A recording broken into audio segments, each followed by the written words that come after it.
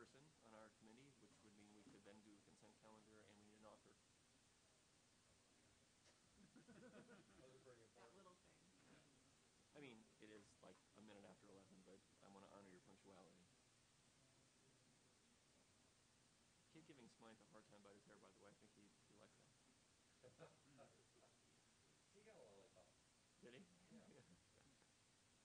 When I used to get haircuts when I was a kid, my dad used to say to the barber, just leave enough to comb, which meant that your hair was like a shag haircut compared to what I got. Okay.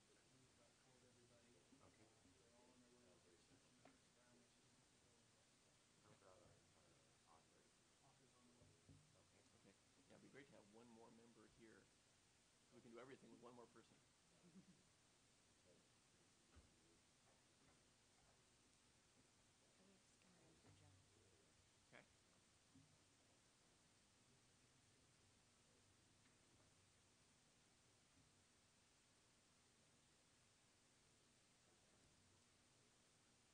I anticipate this hearing will take 6 minutes once everybody is here. All right, 7. 7 is fine. Just the over-under. Yeah.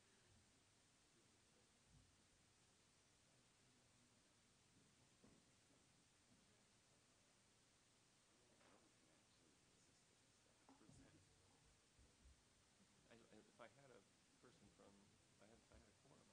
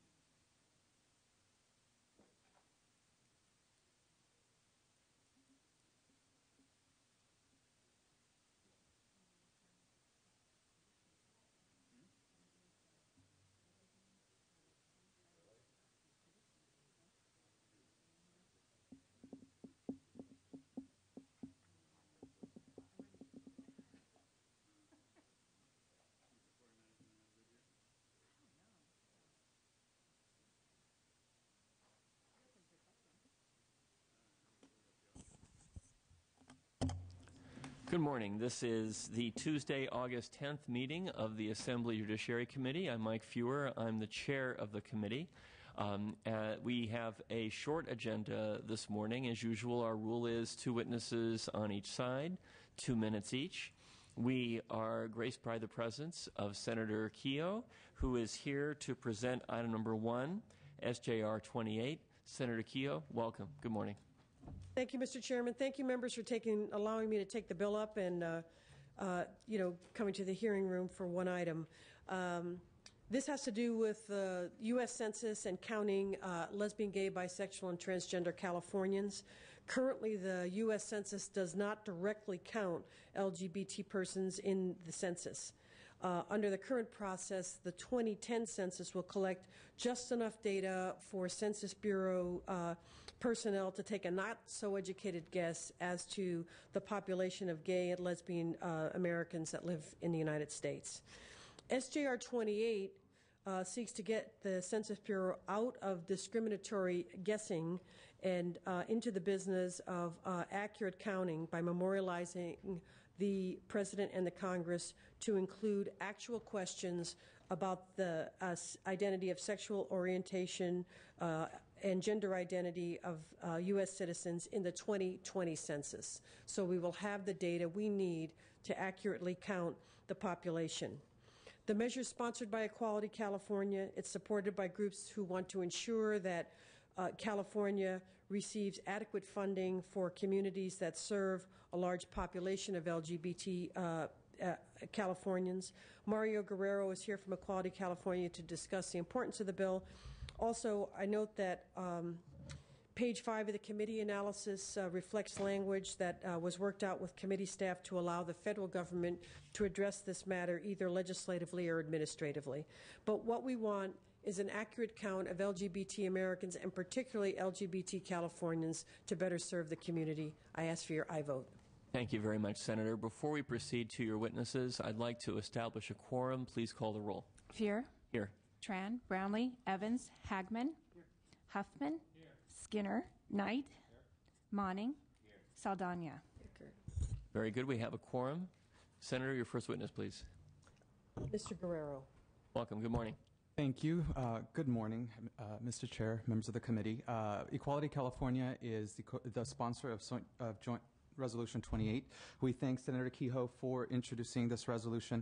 As was mentioned, the Constitution of the United States requires that our federal government execute a census of all people living in the United States. The census data collected is for the allocation of federal funds, including funds for hospitals, job training centers, schools, a myriad of other public services. Census statistics are also used for public uses, including quality of life issues and advocacy. These data may be used to help California nonprofits and state agencies more competitive for federal government grants and make nonprofits more competitive for foundation grants. If the United States Census were to collect demographic data from the lesbian, gay, and bisexual and transgender community through our census, the data gathered could be used to appropriately provide resources and services to this community just as it does for other communities. We urge your aye vote. Thank you very much for your testimony. Senator, do you have further witnesses on your behalf? I think that's the whole shebang, Mr. Chairman. Okay, and quite a shebang it was. Are there witnesses in opposition to the measure? Seeing none, members of the committee, Mr. Monning. Thank you, Mr. Chair. Thank you, Senator, for bringing this to our attention. I applaud this effort. I'm supportive. I did have a couple of questions. Please. Is it fair to assume, and maybe it's in the text and I just haven't read it thoroughly, but would it be an optional declaration of sexual preference for the person being surveyed by the census? No, technically, let me go to Mr. Guerrero. The questions on census, they're all optional. No, there is not a single question that has to be answered. And the data is segregated from personal information, so in that sense, there's privacy. Great. So that was... So it's an accurate count, but it's not an identifier, Right. I guess. Is that the way to put Exactly. it? Thank you. And then I would think also further support for this effort, the recent federal district court decision that held Prop 8 to be invalid did identify sexual preference to be worthy of strict scrutiny in terms of discrimination. And I would think that would be another basis for the importance of collecting this data to recognize if there are trends of discrimination, to have the exact data to be able to make that case and that evidence, if you could do it by region or community or city. I think that's an excellent point, Mr. Monning. I'm a little hesitant to tread into constitutional law, but clearly accurate information, sunshine on any issue is, I think, always a public benefit. So that's my general theme. Great. And again, I do realize that court decision is going to face some other levels of strict scrutiny on appeal. So without a doubt. Right. But thank you again for bringing this, and look forward to supporting it. Thank you. Thank you, Mr. Monning. Other questions or comments, members of the committee? First of all, we don't. Would you wish to move the bill? Okay, and Ms. Holdani has a question. Thank you very much. Thank you.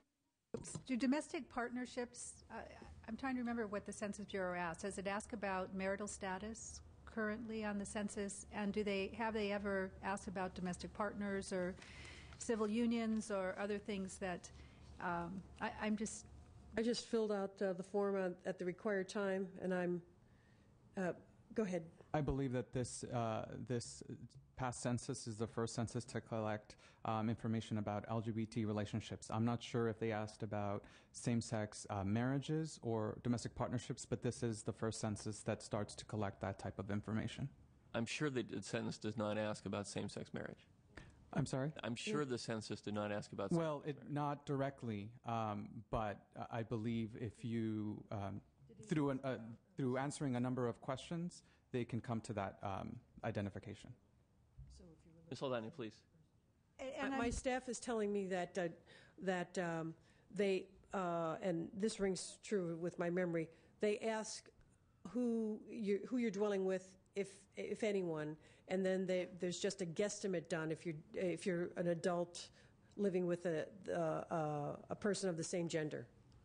So it's so widely, it's not an accurate count, and so that we are urging the federal government to take steps to get a more accurate count. And For instance, you could ask if you're a registered domestic partner, or if you're in what was the significant other relationship with the same-sex person in the household, or things like that. And from an economic standpoint, is there any estimate of how much California may have lost due to prior census data that didn't reflect some accuracy in this regard? Because I understand that allocations of funds to certain programs may not be coming to California if we're undercounting in some of these areas. Has there been any economic fiscal analysis of what this might represent? I'm not aware of that type of analysis. And I don't think we have anything more specific than that. But clearly, if we were going to look at any number of issues, employment, health issues, better information on LGBT Californians would help us, I think, not only get more federal funding, but focus those dollars that are coming here on programs that are specific to my community. So it is, as we look at the data, whether it's poverty data, or urban versus rural, et cetera, it can help us focus on going after the proper grant money, going after the right programming, and I think that's important. Thank you. And I think it's also noteworthy that in 2020, the array of such programs could look very different from the programming that exists now and be much more expansive, potentially. Other members of the committee with questions or comments? Okay, the bill has been moved and seconded. Senator, do you wish to close? I would ask for your aye vote. Thank you very much. Call the roll, please. Fuhr. Aye. Fuhr, aye. Tran, Brownlee, Evans, Hagman. Hagman, no. Huffman. Huffman, aye. Skinner. Knight. Knight, no. Monning. Monning, aye. Saldana. Saldana, aye. Okay. That bill has 4 votes. It requires 2 more. Already. Senator, Thank you, Mr. Chairman. Thank you very much for your presentation today. Thank you, members, also. Yes, so we will have other members join us soon.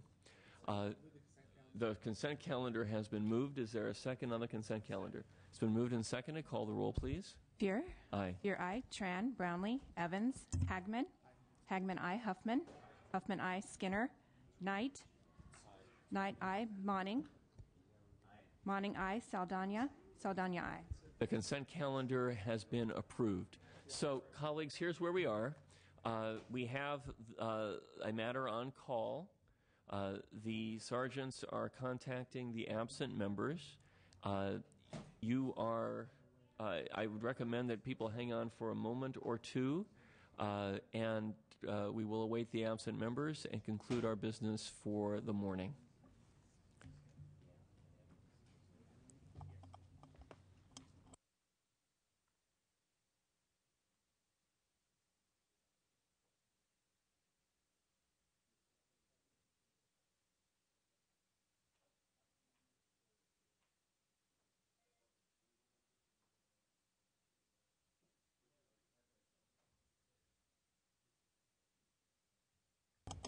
All right.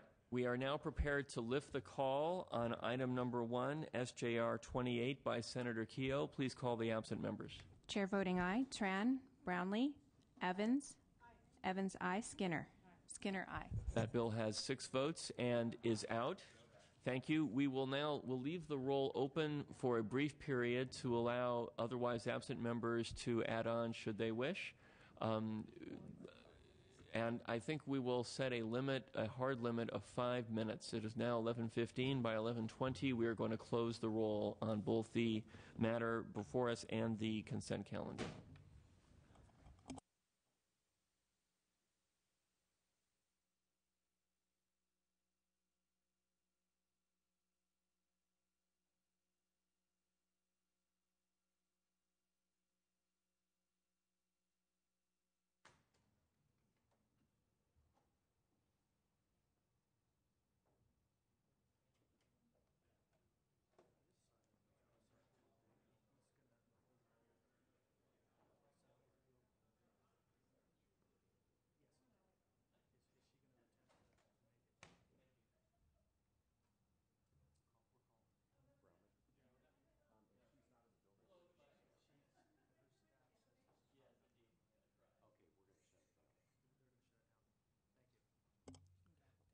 Okay.